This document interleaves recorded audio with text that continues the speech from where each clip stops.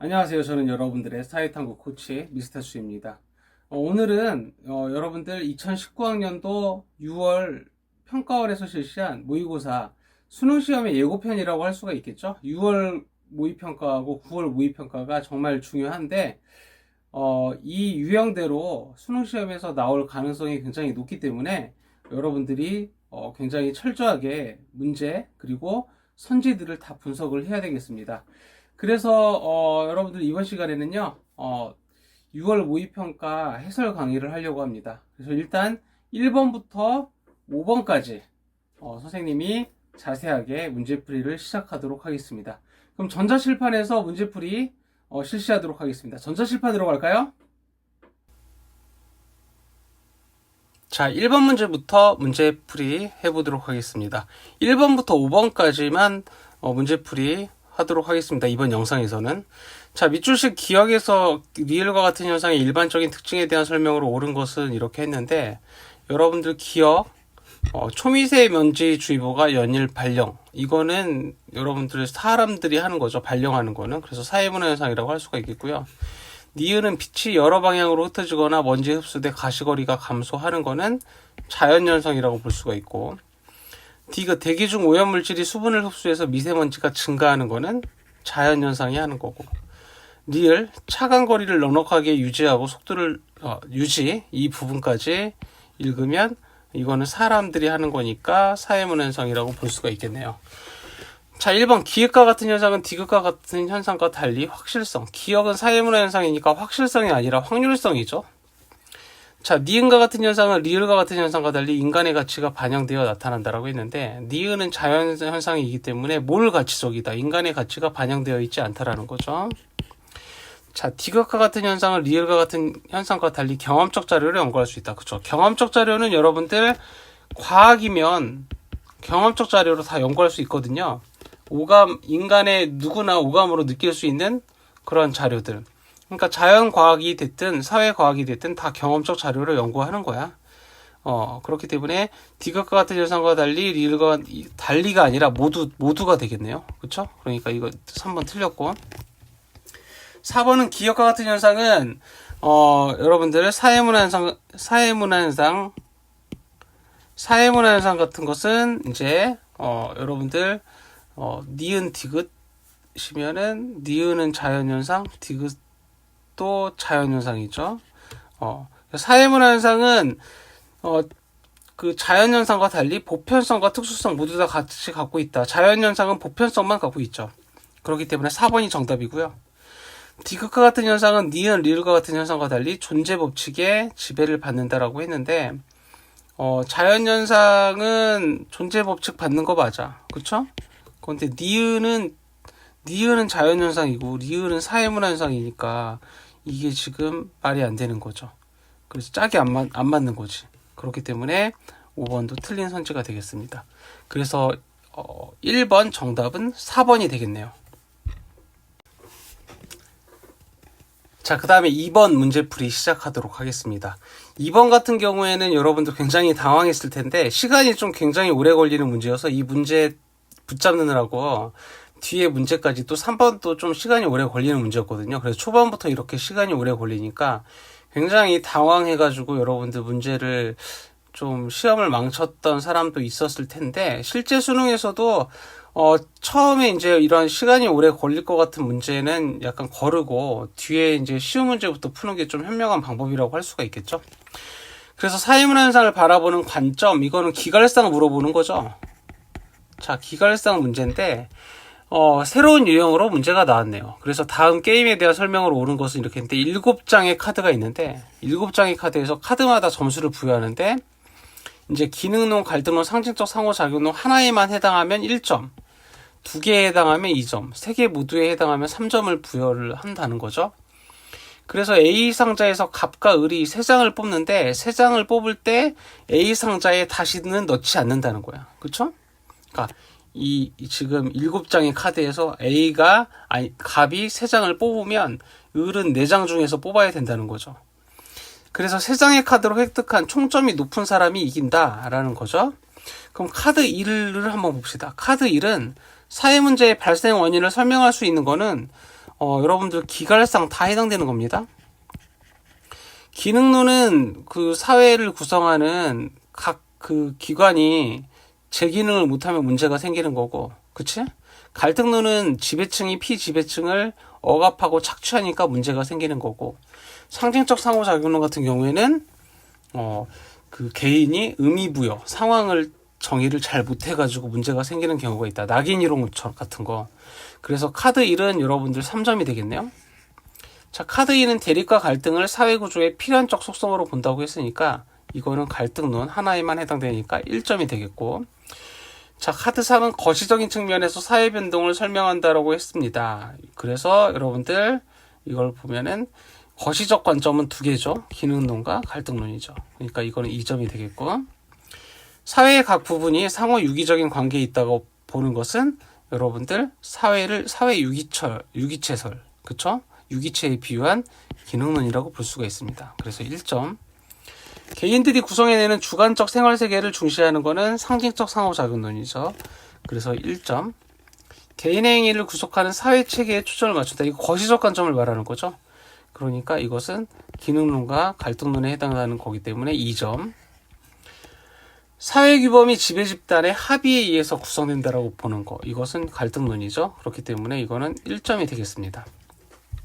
그래서 카드 3장의 조합으로 얻을 수 있는 최소 점수는 4점이다. 최소 점수는 1점, 1점, 1점. 이거 3개니까 최소 점수는 3점이죠.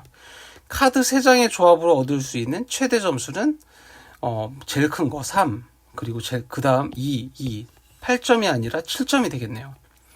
기능론에 해당하는 내용이 있는 3장의 카드로 얻을 수 있는 최대 점수는 기능론에 포함된 것 중에서 점수 큰 거. 이거니까 7점이 되겠네요. 상징적 상호작용론에 해당하는 내용이 없는 3장의 카드로 얻을 수 있는 최대 점수는 5점이다. 그러니까 이거 빼고, 이게 상징적 상호작용론이 있으면서 제일 큰 거니까 이거 빼고 2, 1 이런 경우니까 1 이런 경우니까 최대 점수는 5점 맞습니다. 갑이 카드 1, 그 다음에 카드 5, 그 다음에 카드 6을 뽑았다면, 그러니까 카드 1, 그 다음에 카드 5, 카드 6을 뽑았으면 여러분들 6점이죠. 그쵸? 6점인데 이걸 뽑아갖고 을은 이거 4개 중에서 남은 4개 중에서 뽑아야 되는데 아무리 3개를 잘 뽑아도 최대가 4니까 이길 수가 없죠. 그러니까 카드의 조합은 0가지다라는 거죠. 그렇기 때문에 이거는 틀린 선지가 되겠습니다. 그래서 2번 정답은 4번이 되겠네요.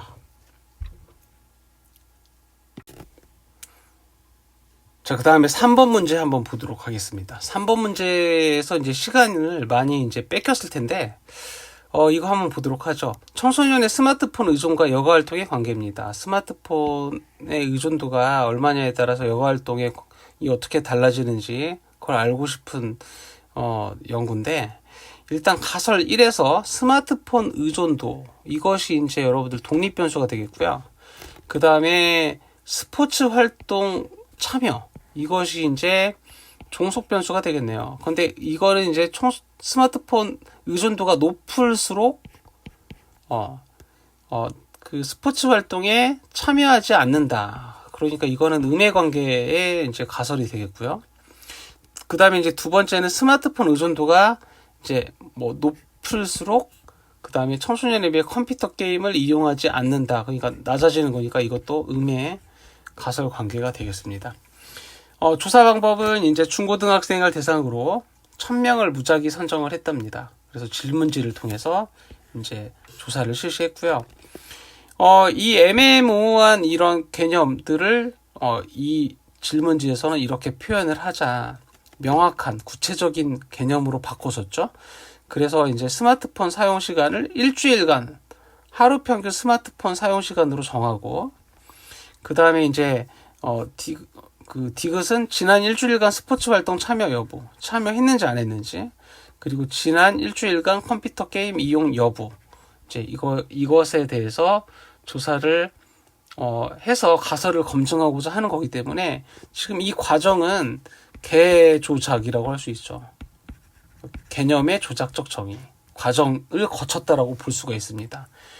구체적인 개념을 구체적인 개념을, 아니 구체적인 게 아니라 추상적인 개념을 구체적인 개념으로 바꿔주는 과정, 이것을 이제 개념의 조작적 정의라고 하죠. 그래서 이제 받고, 그 다음에 자료 분석 결과는 이제 아래 표와 같다라고 했습니다. 스마트폰 사용 시간에 따른 스포츠 활동 참여 및 컴퓨터 게임 이용 여부는 통계적으로 유의미한 차이가 있는 것으로 나타났다. 그래서 이러한 이 결과가 나왔다라는 것이죠. 그러면 여러분들 기억부터 한번 봅시다. 구조화된 도구를 활용해서 자료를 수집했다. 질문지법을 사용을 했죠. 그러니까 이제 정해진 질문지, 정해진 선지를 이렇게 나눠주고 연구 대상자가 고르도록 한 거기 때문에 정해진 거니까 틀이 있는 거죠. 그러니까 구조화된 도구. 질문지법하고 이제 실험법은 구조화된 도구를 사용한다라고 볼 수가 있습니다. 환경이 정해져 있고 틀이 정해져 있고, 그쵸? 정해놓고 하는 거기 때문에, 그렇기 때문에 구조화된 도구를 활용해서 자료를 수집한 거 맞고요. 기억으로 인해서 표본의 대표성이 확보됐다. 일반적으로요, 질문지법이나 뭐가 됐든 정확한 표본은 없습니다. 그래서 문제에서 표본의 대표성이 확보됐다라고 이렇게 단정 지을 수가 없는 게 많아. 특히 지금 이 문제에서는 중고등학생, 이게 청소년인데 중고등학생을 대상으로 1000명을 무작위 선정했는데 이것이 청소년, 이게 지금 모집단이거든요. 청소년이. 근데 이 모집단을 이것이 제대로, 이것을 이제 표본이라고 하는데 이 모집단을 이 표본이 제대로 대표할 수 있느냐? 없죠. 왜냐하면 청소년 중에는 고등학교 안 다니는 청소년도 있겠고 여학생, 남학생 이거 골고루 이렇게 반반씩 해야 되잖아. 근데 무작위로 했대잖아. 그리고 지역별로도 고려를 해야 되는데 그것이 고려됐는지 고려되지 않았죠. 그러니까 이것은 표본의 대표성이 확보됐다라고 전혀 볼 수가 없습니다. 자, 니은과 리을 이 과정에서 개조작, 개념의 조작적 정의가 이루어졌다고 볼 수 있으니까 디귿이 맞고요. 이 분석 결과 이 리을이 시간이 좀 오래 걸렸을 텐데 여러분들 스마트폰 사용 시간이 많은 학생들은 스포츠 활동에 참여하는 학생들이 여러분들 이거하고 이거 더하면 얼마입니까? 160이죠. 근데 이제 스마트폰 사용 시간이 많은데 스포츠 활동 안 하는 애들은 이거 더하면 240인가요? 240. 그쵸? 스마트폰 사용 시간이 적은 학생이 컴퓨터 게임 스포츠 활동에 참여하는 학생들은 이거 두 개 더하면 420이죠. 그 다음에 스마트폰 사용 시간이 적은 학생들이 스포츠 활동 안 하는 애들이 이거 두 개 더하면 얼마입니까? 180이죠. 그쵸? 그런데 이제 그러면은 여러분들 스마트폰 사용 시간이 많은 애들이 스포츠 활동에 참여 안 하는 애들이 많죠. 그치? 이 많고. 그 다음에 이제 스마트폰 사용 시간 적은 애들이 스포츠 활동에 참여하는 경우가 많죠. 그러니까 가설 1 같은 경우에는 이 자료를 통해서 가설 1은 지지가 될 수 있겠네요. 자, 그 다음에 이제 가설 2를 한번 보면 가설 2는 이제 여러분들 컴퓨터 게임을 이용하지 않을 가능성이 높다. 스마트폰 의존도가 높은 애들이 컴퓨터 게임을 이용하지 않을 가능성이 높다. 뭐 이건데 이거 한번 봅시다. 스마트폰 사용 시간이 많은 애들 중에서 컴퓨터 게임 이용하는 애들이 지금 이거죠. 그러면은 스마트폰 사용 시간 컴퓨터 게임을 하는 애들, 컴퓨터 게임 안 하는 애들, 근데 스마트폰 사용 시간이 많은 애들, 스마트폰 사용 시간이 적은 애들, 그렇죠? 그래서 스마트폰 사용 시간 많은 애들이 컴퓨터 게임 이용하는 애들이 96, 108 더하면 얼마입니까? 204가 되겠죠. 그 다음에 스마트폰 사용 시간 많은 애들 중에서 컴퓨터 게임 이용 안 하는 애들이 64, 132 더하면 여러분들 196이 되겠고요. 계산 잘해야겠네. 그리고 스마트폰 시간 적은 애들이 컴퓨터 게임 하는 애들이 189, 72죠. 이거 두 개 더하면 261인가요? 그리고 스마트폰 사용 시간 적은 애들이 컴퓨터 게임 이용 안 하는 애들이 231, 108을 더하면 339죠. 그러면은 스마트폰 사용 시간이 많은 애들이 컴퓨터 게임을 더 많이 하고, 그쵸? 스마트폰 사용 시간이 적은 애들이 컴퓨터 게임을 안 하는 경향이 있기 때문에 오히려 지금 이 가설 2가 지지를 할 수가 없죠. 지금 이 자료를 가지고. 그렇기 때문에 가설 2는 지지가 안 된다. 가설 1은 지지가 되지만, 그렇게 볼 수가 있겠죠. 그 리을을 틀렸어. 그리고 상식적으로 볼 때도 스마트폰 많이 쓰면 컴퓨터 게임 많이 하겠죠. 이렇게 해서 맞출 수도 있습니다. 문제가 안 풀리면 그렇게 생각하는 게 맞아. 일반적으로 상식적인 수준에서 이제 보기를 작성을 하기 때문에 출제자도. 어쨌거나 정답은 몇 번입니까? 기억과 디귿 1번이 되겠네요.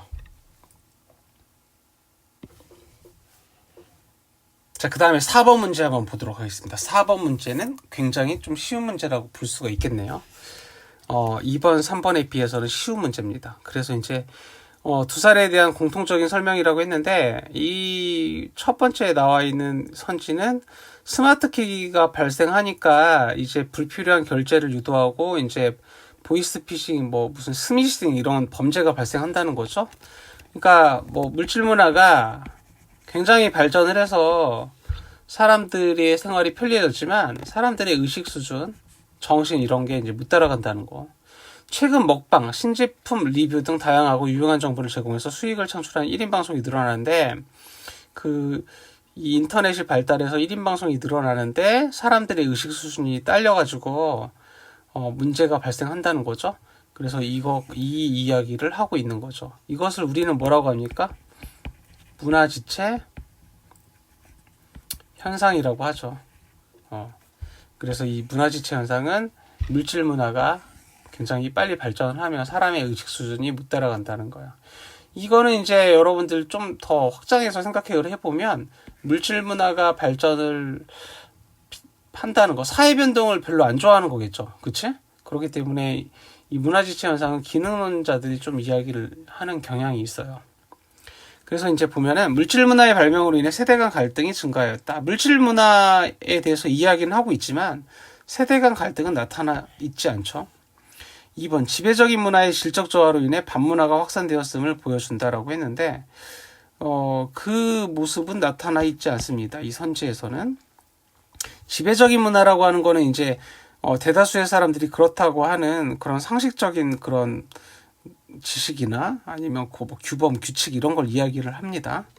그리고 문화 요소 간 변동 속도의 차이로 인해 병리적인 현상이 나타났음을 보여준다라고 했는데, 이것이 바로 맞겠죠. 병리적인 현상은 이제 기능론에서 쓰이는 용어고, 문화 요소 간, 즉 물질 문화와 비물질 문화의 차이로 인해서 문제가 생긴다라고 보기에서 이야기하고 있으니까 3번이 정답이 되겠고요. 4번, 대중문화의 확산으로 인해 문화의 상업화와 획일화가 심화되었음을 보여준다라고 했는데, 관계가 없는 이야기죠. 정보통신 기술의 발달로 인해, 그쵸, 정보통신 기술은 발달했는데 하위 문화가 전체 문화로 변화되었음을 보여준다 라는 것은 관계없는 내용이 되겠습니다. 그래서 4번의 정답은 3번이 되겠습니다. 자, 그 다음에 계속해서 5번 문제 한번 풀어보도록 하죠. 선생님이 수업 시간에 이야기를 했었죠. 개인과 사회의 관계를 바라보는 관점, 이 말이 나오면 이거 기갈상으로 풀면 안 됩니다. 어떤 걸로 풀어야 되냐면 사회 실제론 또는 사회 명목론으로 문제를 해결해야 된다라는 거 선생님이 강조를 했었죠. 자, 나는 누군가의 자식이나 사촌 또는 이모다. 나는 어떤 단체의 구성이다. 나는 어떤 단체의 구성원이고 도시의 시민이다. 나라의 국민이다. 그쵸? 그러니까 어느 집단에 소속된 개인이라는 거죠. 그리고 우리는 누구나 특정한 사회적 정체성을 지녔다. 사회적 정체성, 사회가 나에게 굉장히 많은 영향을 미쳤다는 거죠. 그러면 이 지문은 여러분들의 사회 실제론이라고 볼 수가 있습니다. 사회 실제론. 개인은 사회에 의해 구조화된 행동을 한다. 구조화된 행동은 이제 사회 제도의 그 사회 구조, 사회 제도의 틀 안에서 행동하는 개인이기 때문에 사회가 더 중요한 거라고 이야기를 할 수 있죠. 그러니까 기억은 사회 실제론. 개인의 속성은 사회의 속성이 반영된 결과다. 그쵸. 사회의 속성이 개인의 속성에 반영되었다라고 했으니까 이것도 사회 실제론이 되겠고요. 디귿, 개인의 자율적인 의지에 의해서 사회가 형성된다. 이것은 사회 명목론이죠. 개인이 더 중요한 거니까. 개인이 사회를 만들어가는 거니까. 사회 계약설과도 관련되어 있다. 사회 현상은 개인의 행위나 심리 상태로 환원된다라고 했는데, 환원이라고 하는 용어는 이제 1 플러스 1 플러스 1.